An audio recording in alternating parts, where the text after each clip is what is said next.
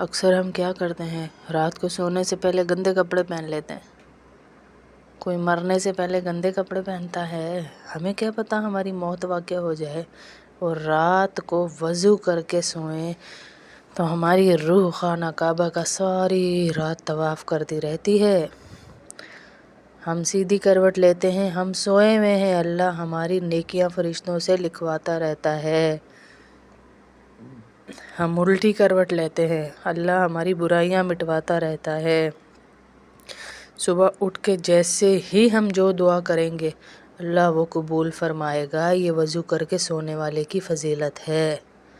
سیدھی کروٹ پہ سونا، وضو کر کے سونا، سونے کی دعا پڑھ کے سونا، سنت طریقے سے سونا، گندے نہیں، صاف کپڑے پہن کے، صاف ستھرے کپڑے پہن کے سوئیں۔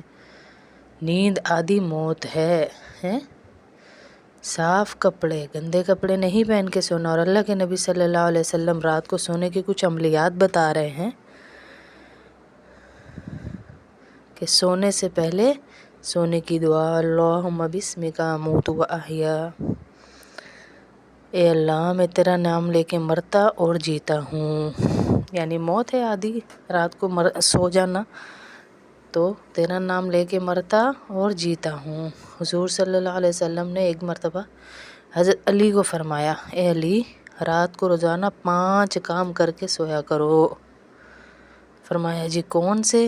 کہا 4000 دینار صدقہ دے کے سویا کرو، 1 قرآن شریف پڑھ کر سویا کرو، جنت کی قیمت دے کر سویا کرو، 2 لڑنے والوں میں صلح کرا کر سویا کرو، 1 حج کر کے سویا کرو۔ اب حضرت علی بیٹھے دیکھ رہے ہیں، یہ ساری باتیں سن رہے ہیں، پریشان ہو گئے۔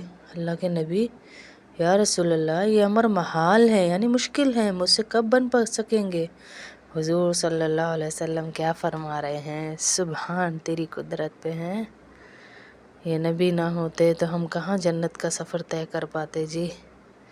آسانیاں ہی آسانیاں دے گیا۔ کہا علی 4 مرتبہ سورہ فاتحہ یعنی الحمدللہ والی سورت پڑھنا، اس کا ثواب 4000 دینار صدقہ دینے کے برابر ہے۔ کتنی دیر لگ جائے گی ہے؟ الحمدللہ رب العالمین الرحمن الرحیم مالک یوم الدین ایاک نعبد و ایاک نستعین اہدنا الصراط المستقیم صراط الذین انعمت علیہم غیر المغضوب علیہم ولا الضالین۔ اسی طرح 4 دفعہ کتنی دیر لگ جائے گی ہے؟ پھر کہا 3 مرتبہ قل ھو اللہ احد پڑھ کر سونا، 1 قرآن مجید پڑھنے کے برابر ہے۔ قل ھو اللہ احد اللہ الصمد لم یلد ولم یولد ولم یکن لہ کفوا احد۔ کتنی دیر لگ جائے گی آپ کی ہیں؟ 3 دفعہ پڑھ لینا علی، پورا قرآن پڑھنے کے ثواب کے برابر ہے۔ پھر فرمایا 3 مرتبہ درود شریف پڑھ کر سویا کرو، محمد صلی اللہ علیہ وسلم صلی اللہ علیہ وآلہ وسلم، یا درود ابراہیمی افضل ہے، جو بھی پڑھ کر سوئے گا جنت کی قیمت ادا ہو جائے گی۔ کہاں کیسی جنت اللہ نے بیان کی قرآن میں، قیمت کیا رکھی ہے؟ درود شریف۔ تو جس پہ درود بھیج رہے ہیں اس کی ذات کیا ہوگی اللہ کی نظر میں؟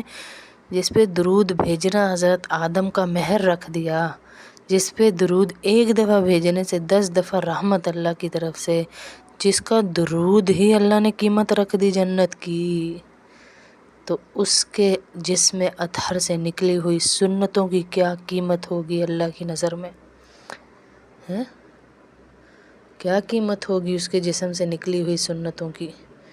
جس پہ 3 دفعہ درود پڑھ رہے ہیں تو جنت کی قیمت ادا کرنے کے برابر اس کا اجر ہے، کہ ہم نے پوری جنت کو خرید لیا، اس کا مطلب ہے 3 دفعہ درود شریف صرف پڑھنا ہے۔ اتنے چھوٹے چھوٹے عمل بھی ہم سے نہ بن پائیں، 10 مرتبہ استغفار پڑھ لیا کرو علی، 2 لڑنے والوں میں صلح کرانے کے برابر اس کا ثواب ہے۔ جو حضرت علی پریشان تھے، کہاں سے ڈھونڈوں کس کو لڑے ہوئے کو مناؤں، صلح کراؤں، کون کرے گا؟ لڑائی والا ہر دوسرا سمجھتا ہے میں حق پر ہوں، تو اللہ کے نبی نے کتنی خوبصورت تدبیر دے دی ہے کہ 10 مرتبہ استغفر اللہ استغفر اللہ استغفر اللہ ربی من کل ذنب واتوب الیہ پڑھ لو۔ کوئی بھی استغفار، اللہ زبان کا محتاج نہیں ہے۔ اللہ کو یہ نہیں کہ عربی ہی چاہیے، فارسی ہی چاہیے، پنجابی ہی چاہیے، اللہ زبان کا محتاج نہیں ہے۔ 10 مرتبہ استغفار پڑھ لو، 2 لڑنے والوں میں صلح کرانے کے برابر ثواب ملے گا۔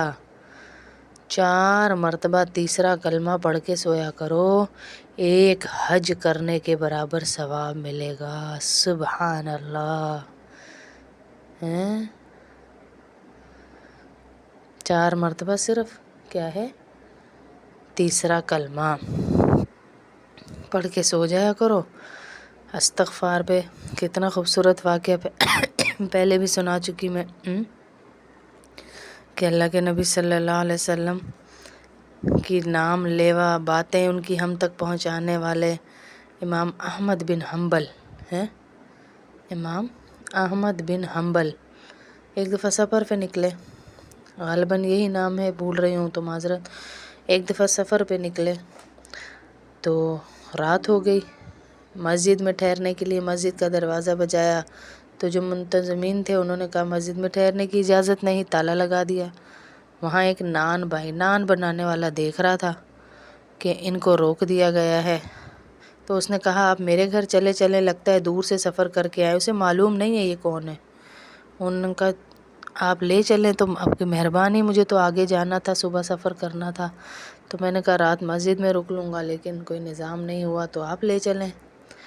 اب وہ بیٹھے ہیں، دیکھا نان بھائی آٹا گوندھ رہا ہے اور کہہ رہا ہے استغفر اللہ استغفر اللہ استغفر، ساتھ ساتھ ہاتھ چل رہے ہیں، آٹا گوندھ رہا ہے اور زبان چل رہی ہے استغفر اللہ استغفر اللہ۔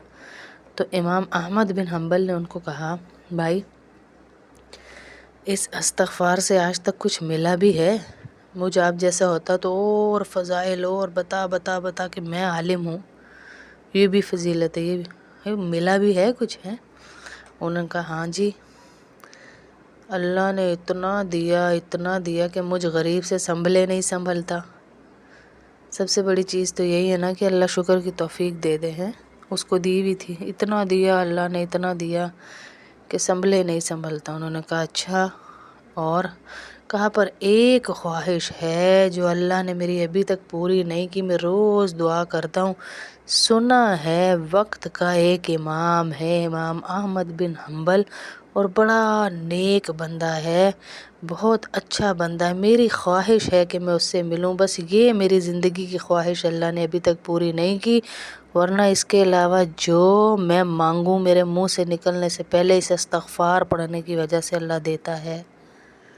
تو امام صاحب نے کہا بھائی اللہ نے تیری وہ بھی پوری کر لی، اور ایسی پوری کی کہ اللہ چلا کے مجھے تیرے گھر تک لایا، استغفار پڑھنے کی بدولت ہے۔